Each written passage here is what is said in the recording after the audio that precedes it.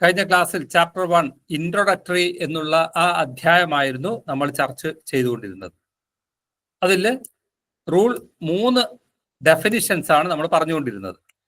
അതിൽ account general ആരാണെന്ന് പറഞ്ഞു, അഡ്മിനിസ്ട്രേറ്റീവ് അപ്രൂവൽ എന്താണെന്ന് പറഞ്ഞു, അപ്രോപ്രിയേഷൻ എന്താണെന്ന് പറഞ്ഞു, ബാങ്ക് എന്ന് പറഞ്ഞാൽ എന്താണെന്ന് പറഞ്ഞു, ബുക്ക് അഡ്ജസ്റ്റ്മെന്റ് ഒരു ബുക്ക് ട്രാൻസ്ഫർ എന്ന് പറഞ്ഞാൽ എന്താണെന്ന് മനസ്സിലായി, ബഡ്ജറ്റ് എസ്റ്റിമേറ്റ് എന്താണെന്ന് മനസ്സിലായി, ക്യാഷ് ഓർഡർ എന്താണെന്ന് മനസ്സിലാക്കി, സെന്റേജ് ചാർജ് മനസ്സിലാക്കി. ഇനി അടുത്തത് പറയേണ്ടത് ചെക്കാണ്. ചെക്ക് എന്താ ചെക്ക് എന്ന് പറഞ്ഞാൽ? ചെക്ക് എന്ന് പറഞ്ഞാൽ it is A written order. Check എന്ന് പറഞ്ഞാൽ എന്താണ്? It is A written order addressed by a person called drawer.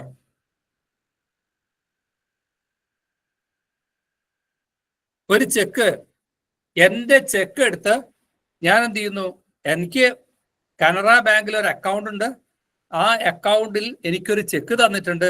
ഞാൻ എൻ്റെ ഒരു ചെക്ക് എടുത്ത് സുകുമാരൻ മാഷ്ക്ക് 5000 രൂപ നൽകണമെന്ന് ഞാൻ ചെക്കിൽ എഴുതി ഒപ്പിടുന്നു. ഞാൻ ആരാണ്? ഡ്രോയറാണ്. ഡ്രോയർ. അപ്പോ ചെക്ക് എന്ന് പറഞ്ഞാൽ it is A written order. Check എന്ന് പറഞ്ഞാൽ എന്താണ്? ചെക്ക് എന്ന് പറഞ്ഞാൽ എന്താണ്? Return order. ഒരു റിട്ടൺ ഓർഡർ ആണ്.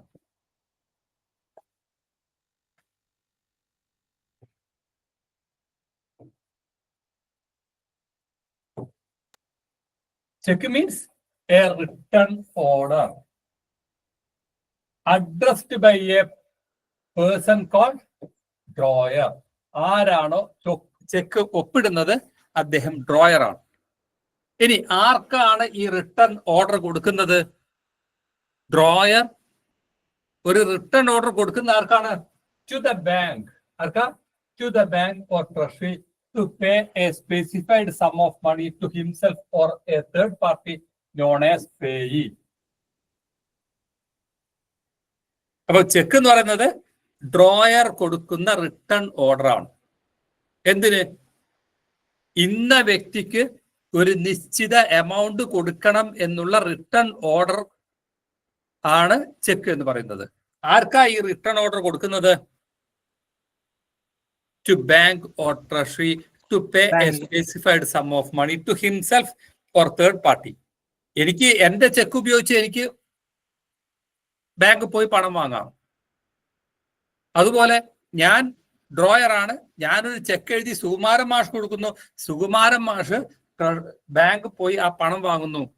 അങ്ങനെ ഒരു ചെക്ക്, ഡ്രോയർ നൽകിയ ചെക്ക് ഉപയോഗിച്ച് ഒരാൾ ബാങ്കിൽ നിന്ന് പണം കൈപ്പറ്റുമ്പോൾ അയാൾ ആരാണ്? അയാൾ പേയി ആണ്. Payee.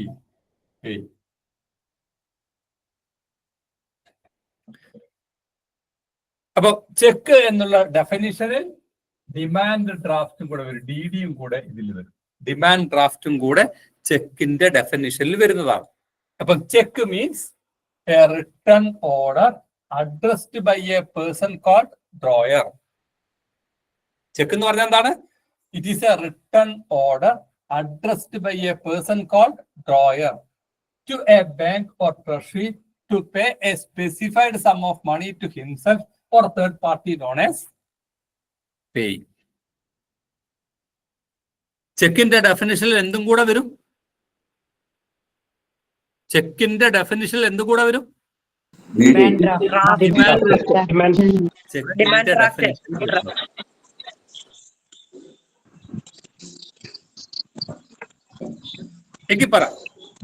a written order addressed by the drawer to a bank or treasury to pay a sum of money to himself or a third party known as check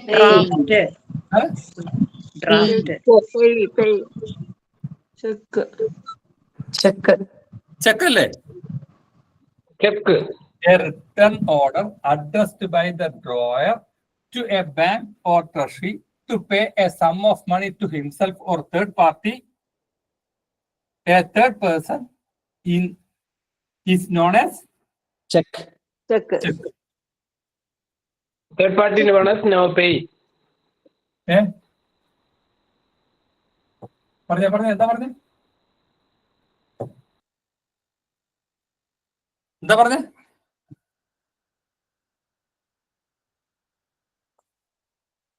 A return order addressed by the drawer to a bank or treasury to pay a sum of money to himself or third party is known as check.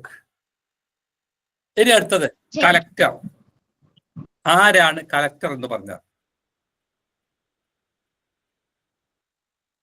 ഒരു ഡിസ്ട്രിക്റ്റിന്റെ revenue അഡ്മിനിസ്ട്രേഷന്റെ ഹെഡാണ് collector എന്ന് പറയുന്നത്. ഒരു district revenue അഡ്മിനിസ്ട്രേഷന്റെ chief officer in charge ആണ് collector എന്ന് പറയുന്നത്. Collector means the chief officer in charge of the revenue administration of a district. ഇങ്ങനെ collector means the chief officer in charge of the revenue administration of a district. The chief officer in charge of the revenue administration of a district is called collector. Chief officer in charge of the revenue administration, that is collector. ഇനി completion, ഒരു വർക്കുമായി ബന്ധപ്പെട്ട്, ഒരു government ജോലിയുമായി ബന്ധപ്പെട്ട് completion എന്ന് പറഞ്ഞാൽ, completion എന്ന വാക്കുകൊണ്ട് ഉദ്ദേശിക്കുന്നത് ഒരു വർക്ക് പൂർത്തിയാക്കിയാൽ അത് കംപ്ലീഷനാണ്. അല്ലെങ്കിൽ ഒരു വർക്ക് ഇടയ്ക്ക് വെച്ച് നിർത്തലാക്കുന്നു. ഇപ്പോ ഒരു പുഴയുടെ പാലം കെട്ടുന്ന ഒരു വർക്ക് നടക്കുകയാണ്. വർക്കൊക്കെ സ്റ്റാർട്ട് ചെയ്തു, പക്ഷേ പുഴയുടെ അകത്ത് എന്ത് ചെയ്യാൻ പറ്റുന്നില്ല,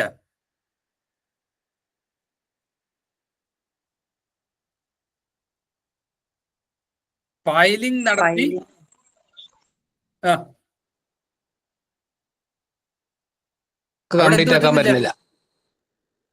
അവിടെ പില്ലർ പൊക്കാൻ പറ്റുന്നില്ല, പില്ലർ ഇടാൻ പറ്റുന്നില്ല. അപ്പൊ എന്ത് ചെയ്യും?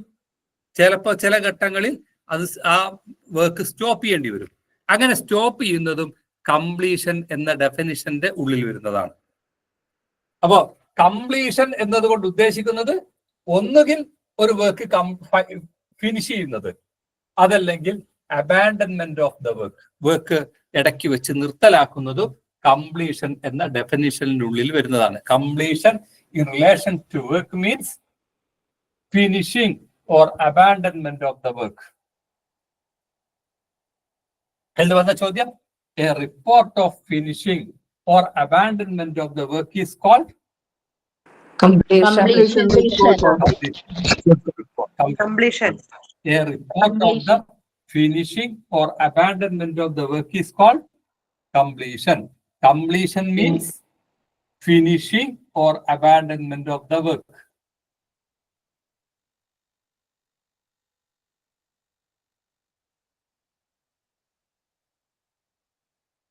ഇനി മറ്റൊരു പദം consolidated fund, contingency fund, public account. അതിനെക്കുറിച്ച് പറയുന്നത് ഭരണഘടനയുടെ 266-ലും 267-ലും ഇതിനെക്കുറിച്ച് വിശദമായി പറയുന്നുണ്ട്. അതേ മീനിങ് തന്നെയാണ് ഫിനാൻഷ്യൽ കോഡിലും കൺസോർട്ടഡ് ഫണ്ടിനും കണ്ടിൻജൻസി ഫണ്ടിനും പബ്ലിക് അക്കൗണ്ടിനും ഉള്ളത്. അത്രേ ഇവിടെ പറയുന്നുള്ളൂ. Consolidated fund, contingency fund, public account എന്നിവയ്ക്ക് ഭരണഘടനയുടെ 266 ആർട്ടിക്കിളിലും 267 ആർട്ടിക്കിളിലും ഇതിന്റെ ഡെഫിനിഷൻ കൊടുത്തിട്ടുണ്ട്. അതേ ഡെഫിനിഷൻ തന്നെയാണ് എന്തിനും ബാധകം? ഫിനാൻഷ്യൽ കോഡിലും ഈ പദങ്ങൾക്കുള്ള ഡെഫിനിഷൻ ഭരണഘടനയിൽ ഉള്ളതുപോലെ തന്നെയാണ്. ഭരണഘടനയുടെ 266 ആർട്ടിക്കിളിൽ എന്താണ് കൺസോർട്ടഡ് ഫണ്ട്, എന്താണ് പബ്ലിക് അക്കൗണ്ട് എന്ന് പറഞ്ഞിട്ടുണ്ട്. അതേ മീനിങ് തന്നെയാണ് ഇവിടെയും. അതുപോലെ ഭരണഘടനയുടെ 267 ആർട്ടിക്കിളിൽ കണ്ടിൻജൻസി ഫണ്ട് എന്താണെന്ന് പറഞ്ഞിട്ടുണ്ട്. അതേ മീനിങ് തന്നെ ആയിരിക്കും എന്തിലും ഫിനാൻഷ്യൽ കോഡിലും ഈ പദങ്ങൾക്കുണ്ടാവുക. അത് വിശദമായി നമുക്ക് ബഡ്ജറ്റ് മാനുവൽ പഠിക്കുമ്പോൾ അതിന്റെ കൃത്യമായ അർത്ഥം നമുക്ക് മനസ്സിലാവും.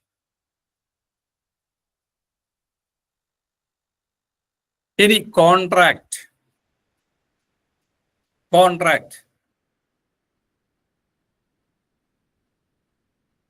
Contract means any kind of undertaking, written or verbal, expressed or implied by a person other than a government servant or by a syndicate or firm to construct, maintain, repair one or more work, to supply certain stores or to perform any service in connection with the execution of work or the supply of store. എന്താ ഒരു contract എന്ന് പറഞ്ഞാൽ എന്താണ്? ഒരു contract എന്ന് പറഞ്ഞാൽ എന്താണ്? It is A kind of undertaking. ഒരു അണ്ടർടേക്കിംഗ് ആണ്. അത് റിട്ടൺ ആവാം, അല്ലെങ്കിൽ വെർബൽ ആവാം. കോൺട്രാക്ട് എന്ന് പറഞ്ഞാൽ എന്താണ്? കോൺട്രാക്ട് എന്ന് പറഞ്ഞാൽ കൈൻഡ് ഓഫ് അണ്ടർടേക്കിംഗ് ആണ്. കോൺട്രാക്ട് എന്ന് പറഞ്ഞാൽ എ കൈൻഡ് ഓഫ് അണ്ടർടേക്കിംഗ്.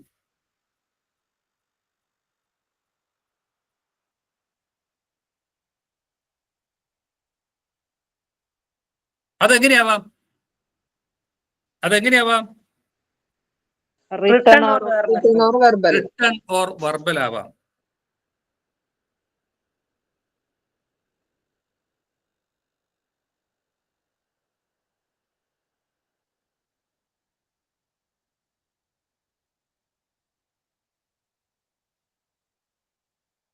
അപ്പൊ ഒരു കോൺട്രാക്ട് എന്ന് പറഞ്ഞാൽ എന്താണ്? Means any kind of undertaking. എന്താ അണ്ടർടേക്കിംഗ് എന്ന് പറഞ്ഞാൽ? ഉറപ്പ് നൽകലാണ്. അണ്ടർടേക്കിംഗ് മീൻസ് ഉറപ്പ് നൽകൽ. അത് റിട്ടൺ ആവാം, വെർബൽ ആവാം. എന്തിനുള്ള ഉറപ്പാണ്? ഏതെങ്കിലും ഒരു കൺസ്ട്രക്ഷൻ നടത്തുന്നതിന് വേണ്ടി, അല്ലെങ്കിൽ ഒരു റിപ്പയർ വർക്ക് നടത്തുന്നതിന് വേണ്ടി, അല്ലെങ്കിൽ ഈ പറഞ്ഞ വർക്കുകൾ നിർവഹിക്കുന്നതിന് ആവശ്യമായ സാധനങ്ങൾ നൽകുന്നതിന് ഒരു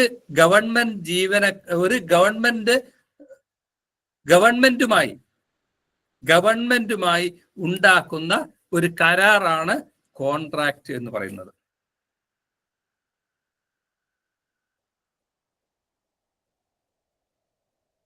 ഏതെങ്കിലും ഒരു വർക്ക് നിർവഹിക്കുന്നതിന്, അല്ലെങ്കിൽ സ്റ്റോർ സപ്ലൈ ചെയ്യുന്നതിന്, ഏതെങ്കിലും ഒരു വർക്ക് നിർവഹിക്കുന്നതിന്, അതല്ലെങ്കിൽ ഒരു സ്റ്റോർ സപ്ലൈ ചെയ്യുന്നതിന്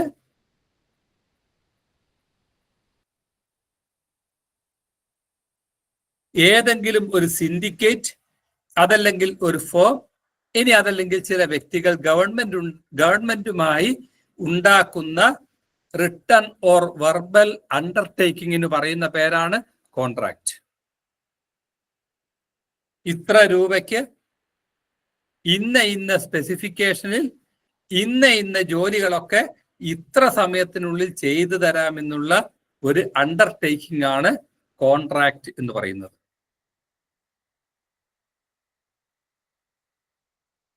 contract means any kind of undertaking, written or verbal, expressed or implied by a person other than a government servant or by a syndicate or firm to construct, maintain, repair one or more works, to supply certain stores or to perform any service in connection with the execution of work or supply of store.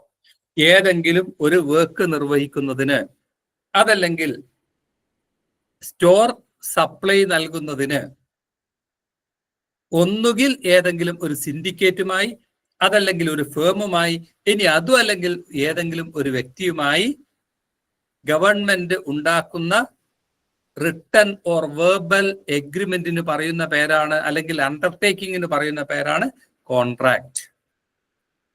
മനസ്സിലായോ?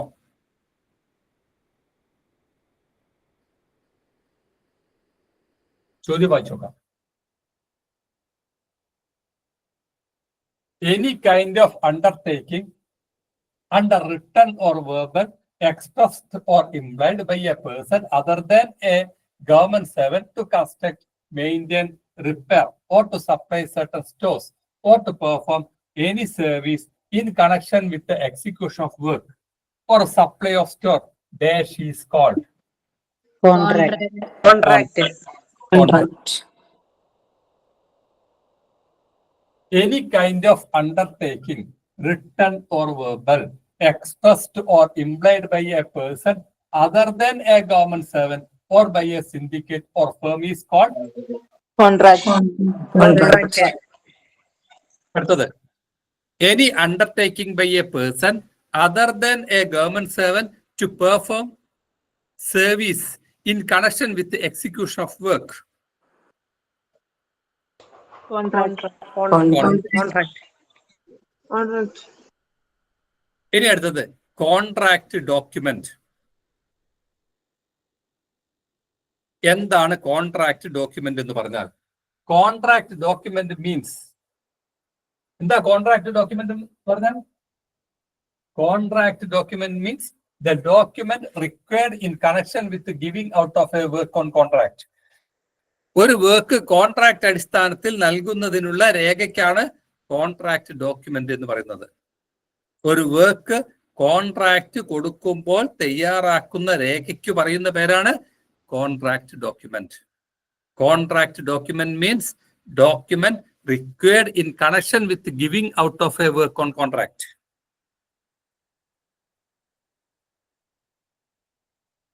ഒരു work contract നൽകുന്നതിന് ആവശ്യമായ രേഖയ്ക്ക് പറയുന്ന പേരാണ് contract document. ചോദ്യം നോക്കിയേ. Dash means the documents required in connection with giving out of a work on contract. ഏതാണ് ശരി ഉത്തരം? Contract document. Yes, contract document. Contract document. അല്ലേ? സി ആണ് ശരി ഉത്തരം. ഇനി the document required in connection with giving out of a work on contract is called Contract document. contract document. Okay.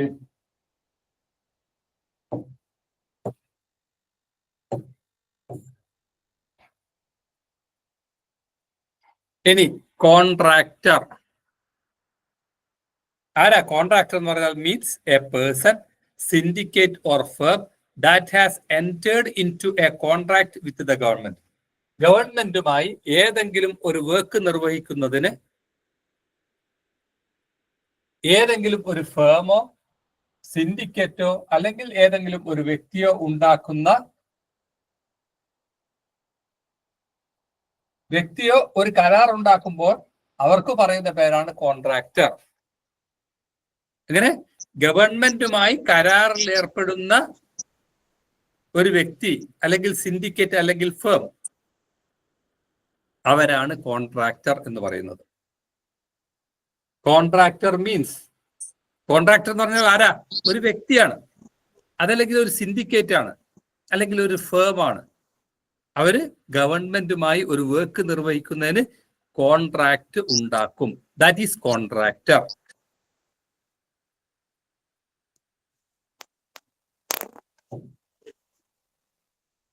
Okay, a person, syndicate or firm that has entered into a contract to supply stores with the government is called Contractor. Contractor.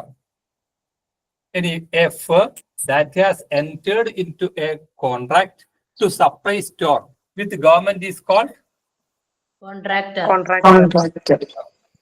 Any a firm that has entered into a contract to supply store with the government is called Contractor. Yeah.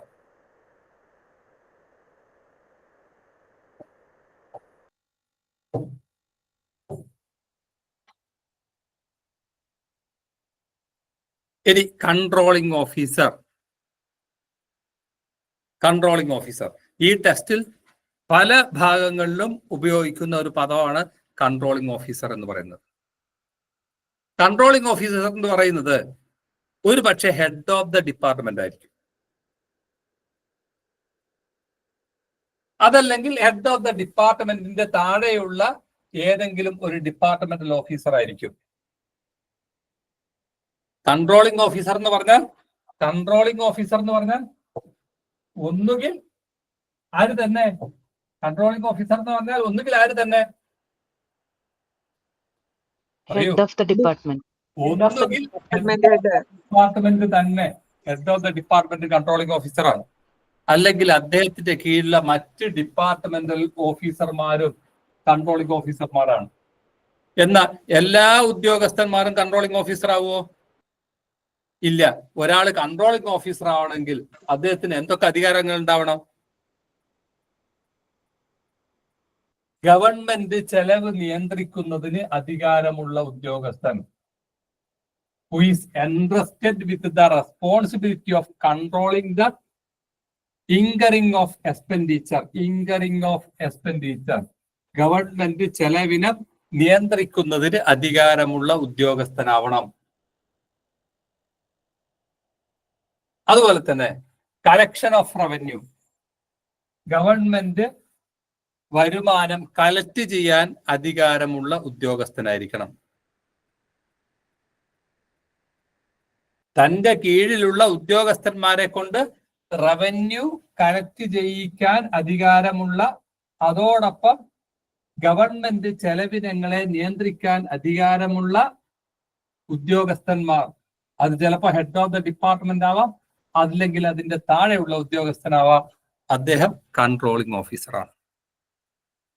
ആരാ controlling officer എന്ന് പറഞ്ഞാൽ? Government ചെലവഴിക്കുന്നത് നിയന്ത്രിക്കാൻ അധികാരമുള്ളതും തന്റെ subordinate ഓഫീസർമാരെ കൊണ്ട് government revenue collect ചെയ്യിക്കാൻ അധികാരമുള്ള ഹെഡ് ഓഫ് ദ ഡിപ്പാർട്ട്മെന്റ് അല്ലെങ്കിൽ അതിന്റെ താഴെയുള്ള ഉദ്യോഗസ്ഥന്മാർക്ക് പറയുന്ന പേരാണ് കൺട്രോളിംഗ് ഓഫീസർ. ഒരാൾ കൺട്രോളിംഗ് ഓഫീസർ ആണെങ്കിൽ അയാൾക്ക് എന്തെല്ലാം അധികാരം ഉണ്ടാവണം? ഒരാളെ കൺട്രോളിംഗ് ഓഫീസർ ആണെന്ന് പറയണമെങ്കിൽ അയാൾക്ക് എന്തെല്ലാം അധികാരങ്ങൾ ഉണ്ടാവണം? പറഞ്ഞേ. ഗവൺമെന്റിന്റെ ചെലവ് നിയന്ത്രിക്കാൻ അധികാരം ഉണ്ടായിരിക്കണം. ജീവനക്കാരെ കൊണ്ട്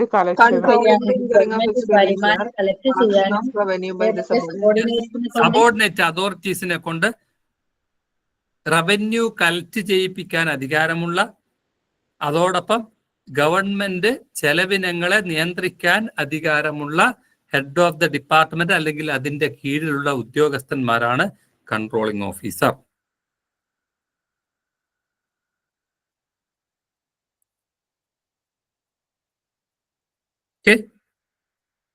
Controlling officer means head of a department or other departmental officer who is entrusted with the responsibility of controlling the incurring of expenditure and or the collection of revenue by subordinate authorities of a department.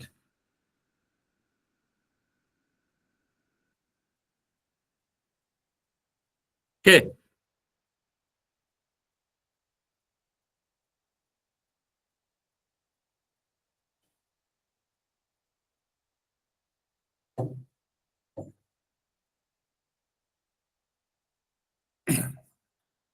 Okay, the departmental officer who is entrusted with the responsibility of controlling the incurring of expenditure and or the collection of revenue is known as departmental officer who is entrusted with the responsibility of controlling the incurring of expenditure and or the collection of revenue is known as controlling officer. Controlling officer. ഇനി അടുത്തത് dispersing officer. ആരാണ് dispersing officer എന്ന് പറയുന്നത്?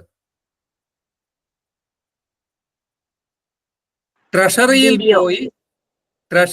പോയി ബില്ലോ ചെക്കോ ഉപയോഗിച്ച് പണം withdraw ചെയ്യാനും അത് തന്റെ കീഴ് ജീവനക്കാർക്ക് വിതരണം ചെയ്യാനും അധികാരമുള്ള ഉദ്യോഗസ്ഥനാണ് ഡിസ്ബേഴ്സിംഗ് ഓഫീസർ. അങ്ങനെ ചെക്ക് അല്ലെങ്കിൽ ബില്ല് ഉപയോഗിച്ച് ട്രഷറിയിൽ നിന്ന് പണം വിത്ഡ്രോ ചെയ്യാനും എന്നിട്ടോ വിതരണം ചെയ്യാനോ? സബോർഡിനേറ്റ് ഓഫീസേഴ്സിന് വിതരണം ചെയ്യാനും അധികാരമുള്ള ഉദ്യോഗസ്ഥന്മാരാണ് ഡിസ്ബേഴ്സിംഗ് ഓഫീസർ എന്ന് പറയുന്നത്. Disbursing officer means a government servant who draw money from treasury on bill or cheque, but exclude a government servant who is not the head of an office and draw only his own pay and allowance from the treasury. ആരാ disbursing officer എന്ന് പറഞ്ഞാൽ? ബില്ലോ ചെക്കോ ഉപയോഗിച്ച് ബില്ലോ ചെക്കോ ഉപയോഗിച്ച് ട്രഷറിയിൽ നിന്ന് പണം withdraw ചെയ്യാൻ അധികാരമുള്ള head of the office ആണ് ഡിസ്ബേഴ്സിംഗ് ഓഫീസർ. ഇനി ഹെഡ് ഓഫ് ദ ഓഫീസ് അല്ലാത്ത ചില ജീവനക്കാർക്ക് നേരത്തെ സ്വന്തം ശമ്പളം എഴുതി വാങ്ങാൻ അധികാരമുണ്ടായിരുന്നു. നേരത്തെ ഉണ്ടായിരുന്ന കുറച്ചു വർഷം മുമ്പേ ഓരോ ഗസ്റ്റഡ് ഓഫീസർക്കും അവരുടെ ശമ്പളം ട്രഷറി പോയി നേരിട്ട് എഴുതി വാങ്ങാമായിരുന്നല്ലോ. ഓർമ്മയില്ലേ? അത് ഉണ്ടോ ഇല്ലേ? ഇപ്പോ ആ ഒരു അധികാരം ഇല്ല. അവരാരും ഡിസ്ബേഴ്സിംഗ് ഓഫീസർ, സ്വന്തം ശമ്പളം പോയി എഴുതി വാങ്ങുന്ന ആളുകൾ ആരും തന്നെ ഡിസ്ബേഴ്സിംഗ് ഓഫീസർ അല്ല. പിന്നെ ആരാ ഡിസ്ബേഴ്സിംഗ് ഓഫീസർ ആവുന്നത്? ട്രഷറിയിൽ നിന്ന് ചെക്കോ ബില്ലോ ഉപയോഗിച്ച് പണം വിത്ഡ്രോ ചെയ്യാൻ അധികാരമുള്ള ഹെഡ് ഓഫ് ദ ഓഫീസ് ആണ് ഡിസ്ബേഴ്സിംഗ് ഓഫീസർ. അപ്പൊ ഒരാൾ ഡിസ്ബേഴ്സിംഗ് ഓഫീസർ ആണെങ്കിൽ ആദ്യം അയാൾ എന്താവണം? Head of the office. എല്ലാ ഹെഡ് ഓഫ് ദ ഓഫീസും ഡിസ്ബേഴ്സിംഗ് ഓഫീസർ അല്ല. പിന്നെ എന്തും കൂടെ അധികാരം വേണം? ബില്ലോ ചെക്കോ ഉപയോഗിച്ച് ട്രഷറിയിൽ നിന്ന് പണം വാങ്ങാനും അധികാരം ഉണ്ടാവണം. ഈ രണ്ട് അധികാരങ്ങളുള്ള ഉദ്യോഗസ്ഥനാണ് ഡിസ്ബേഴ്സിംഗ് ഓഫീസർ. സാറേ ഒരു സംശയം ചോദിക്കട്ടെ സാറേ? നമ്മൾ സാധാരണ ഇപ്പോ OA-മാരൊക്കെ അല്ലേ ഒരു ഓഫീസിലെ ബില്ലും ചെക്കൊക്കെ ഉപയോഗിച്ച് ചെയ്യാതോ head of officer? Head of the office ബില്ലൊക്കെ എഴുതി തയ്യാറാക്കി അയാൾ സൈൻ ചെയ്ത് അയാളൊരു പ്യൂണിൻ അല്ലെങ്കിൽ എന്താണ് ഒരു പോസ്റ്റ്മാന്റെ പണി മാത്രമേ എടുക്കുന്നുള്ളൂ. ഓക്കെ സാറേ, ഓക്കെ ഓക്കെ. ഞങ്ങൾ ഓഫീസിലൊക്കെ OA പോയിട്ട് ചെയ്യുന്നത് കാണുന്നുണ്ട്, അതുകൊണ്ടാ ചോദിച്ചത്. പക്ഷെ അയാൾ ഒരിക്കലും എന്തല്ല ഡിസ്ബേഴ്സിംഗ് ഓഫീസർ അല്ല. അയാള് എന്താണ് ഇത് അങ്ങോട്ട് കൊണ്ടുപോയി ഇങ്ങോട്ട് കൊണ്ടുവരികയും ചെയ്യുന്ന പണി മാത്രമേ എടുക്കുന്നുള്ളൂ. The officer who draw money from the treasury on bills or check, including the pay and allowance of his office staff, is known as Disbursing officer. Officer who draw money from the treasury or bills or check, including the pay and allowance of his office staff, is known as Disbursing officer. Disbursing officer.